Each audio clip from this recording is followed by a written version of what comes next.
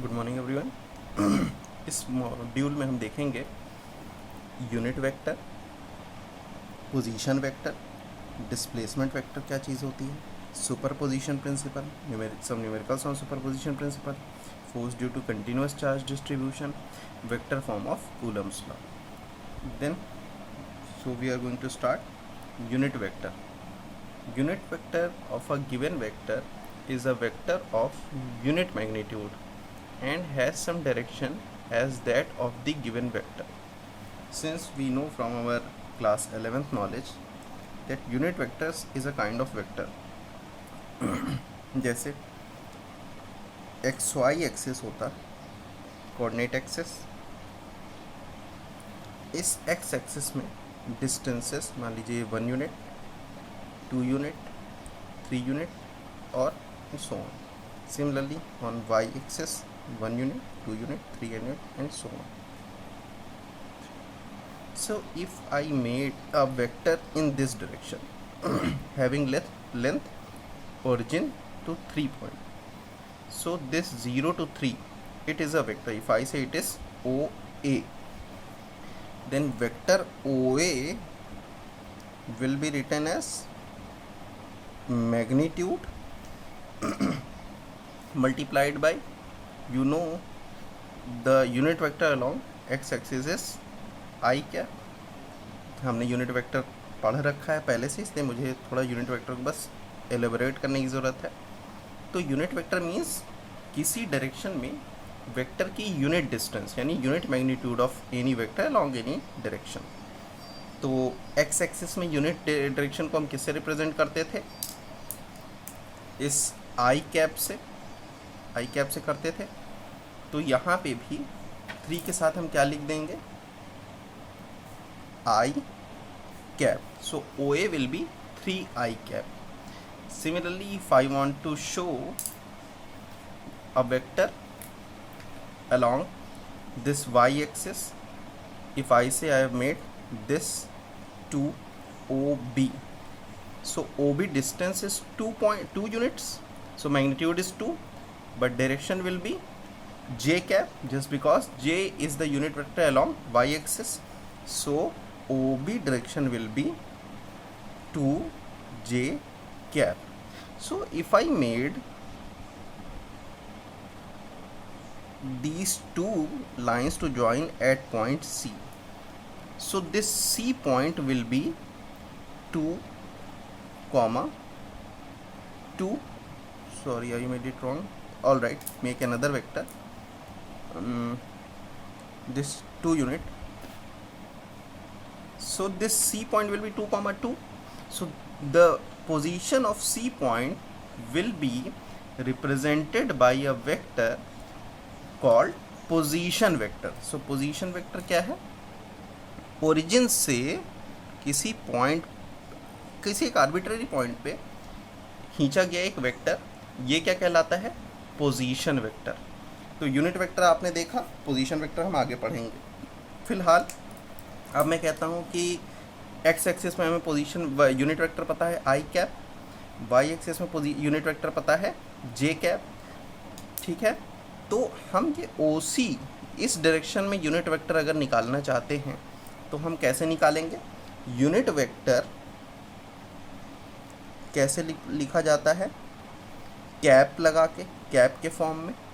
ठीक है, जैसे ये 3i कैप यूनिट वेक्टर है और ओ ए वेक्टर था 3 इसका मैग्नीट्यूड. जैसे हमने एक एग्जांपल लिया, ओ ए वेक्टर ये वेक्टर है, यहाँ पे 3 इसका मैग्नीट्यूड है और आई कैप इसका यूनिट वेक्टर है. तो अगर हमें आई कैप निकालना है तो हमें क्या करना पड़ेगा? उस वेक्टर को और magnitude of vector O A, ये magnitude of vector O A क्या है?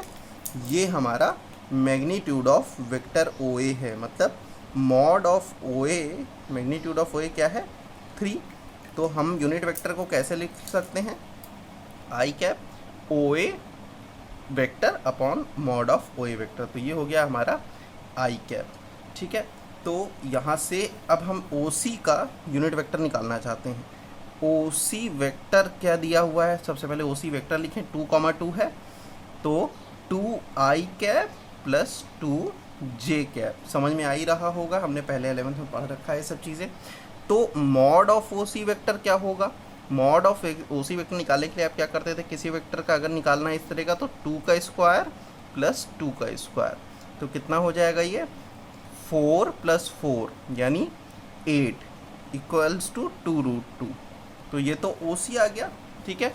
अब ओ सी का यूनिट वेक्टर अगर हमें निकालना है, यानी O C unit vector is equals to vector O C upon mod of O C vector, ठीक है। देन इट विल बी, क्या हो जाएगा देखिए, ओ सी वेक्टर को यहाँ रखें 2i cap plus 2j cap upon mod of this OC is equals to what? 2√2. Put it 2√2.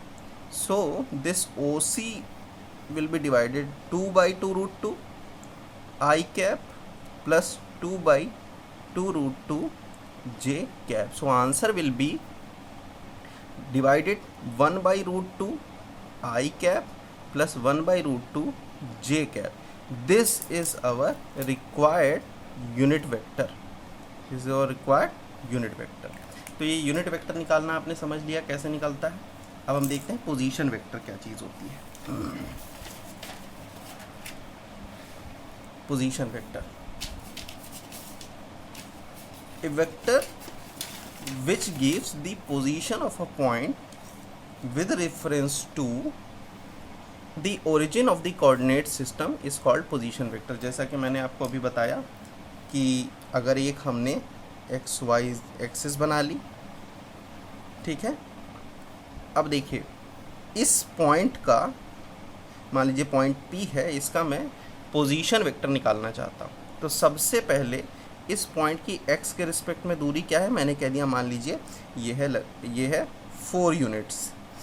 y axis में क्या दूरी है उसकी, ये हो गई एक्सिस से, ये हो गई y एक्सिस। y एक्सिस में मैंने कह दिया if it is 5 units, so the P vector will be the sum of these two vectors.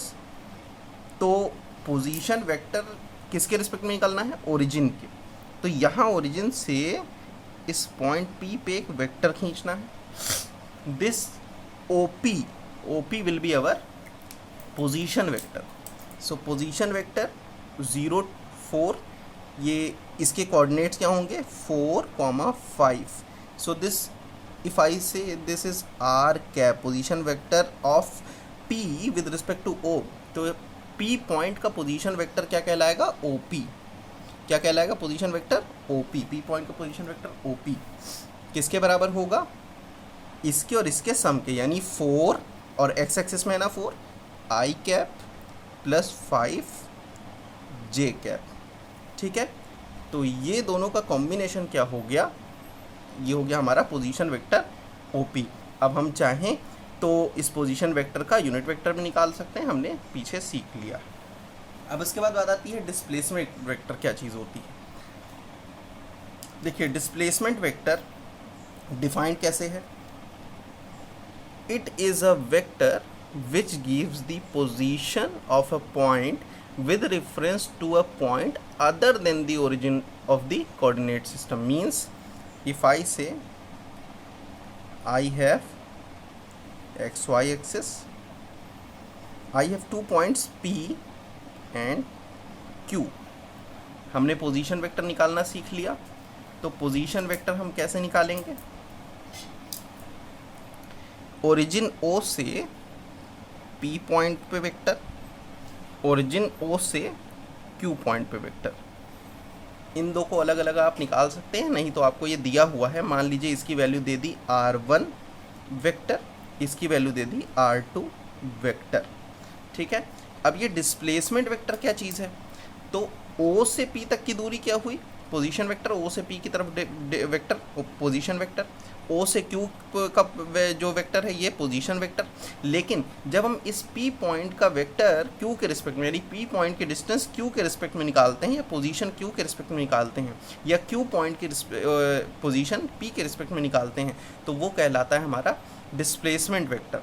Displacement यानी P Q से कितना डिस्प्लेस्ड है। तो एक सिंपल सा समझ लीजिए कि अगर मैंने ये P से Q पे एक एरो वेक्टर बनाया, तो ये वेक्टर, ये जो पी क्यू हुआ, यही हमारा क्या कहलाता है, डिस्प्लेसमेंट वेक्टर। अब इसको कैसे निकालेंगे, मैंने मान लीजिए इसको नाम दे दिया आर डैश वेक्टर, ठीक है। तो अब आपको शायद वेक्टर लॉ से याद हो कि अगर कोई दो वेक्टर ए और वेक्टर बी, इस तरह से वेक्टर ए का हेड वेक्टर बी के टेल से जुड़ा है, तो इस ओरिजिन ओ से यहाँ तक ये क्या होता है, ए प्लस बी को हम इस तरह से रिप्रेजेंट कर सकते हैं, R is equals to A plus B. तो यही हम यहाँ पे नियम लगाएंगे, ओ से क्यू तक, फिर देखो क्यू से पी तक टेल जुड़ा हुआ है ना, क्यू पे टेल जुड़ा है ये हमारे डिस्प्लेसमेंट वेक्टर का, यानी हम इसको लिख सकते हैं O Q vector plus Q P vector is equals to O P vector. देखिए ऑर्डर मत भूलिएगा, पहले ओ से क्यू पे गए, फिर क्यू से पी पे आए, तब वो हम ओ से पी पे डायरेक्ट भी जा सकते हैं। तो यहाँ से हम इस एक्सप्रेशन को ऐसा लिख सकते हैं, ओ क्यू कितना है हमारा R2 वेक्टर, और क्यू पी कितना है R डैश वेक्टर, जो कि हमारा पोजीशन वेक्टर, यही हमको डिस्प्लेसमेंट वेक्टर, यही हमको निकालना है, is equals to O P vector. अब देखिए ये ओ पी वेक्टर कितना है R1 वेक्टर, या इसको फिर से लिख लें R2 vector plus R dash vector is equals to R1 vector. तो यहाँ से हमारा पोजीशन वेक्टर क्या आ जाएगा, डिस्प्लेसमेंट वेक्टर क्या आ जाएगा, R dash vector is equals to R1 vector minus R2 vector. यानी इसको तो हम डायरेक्टली निकाल सकते थे। इसमें देखिए नियम समझ लीजिए कि अगर हमें इधर से इधर की तरफ एरो बना है, नीचे Q से P की तरफ बना है, तो क्या करना है, R1 माइनस R2 करना है। अगर इधर से इधर बना होता तो इसी को उल्टा कर देंगे, R2 माइनस R1 हो जाएगा, ठीक है ना। यानी जिसकी तरफ बना हो एरो उसको पहले लिखना चाहिए, जिसकी तरफ टेल बना हो उसको बाद में लिखना चाहिए। तो R1 minus R2 R dash हो जाएगा। ये हमारा हो गया पोजीशन वेक्टर, डिस्प्लेसमेंट वेक्टर, ठीक है ना। तो ये तीन चीज़ें हमने जान ली। अब हम आगे इसका अगले वीडियो में इसका एप्लीकेशन करेंगे।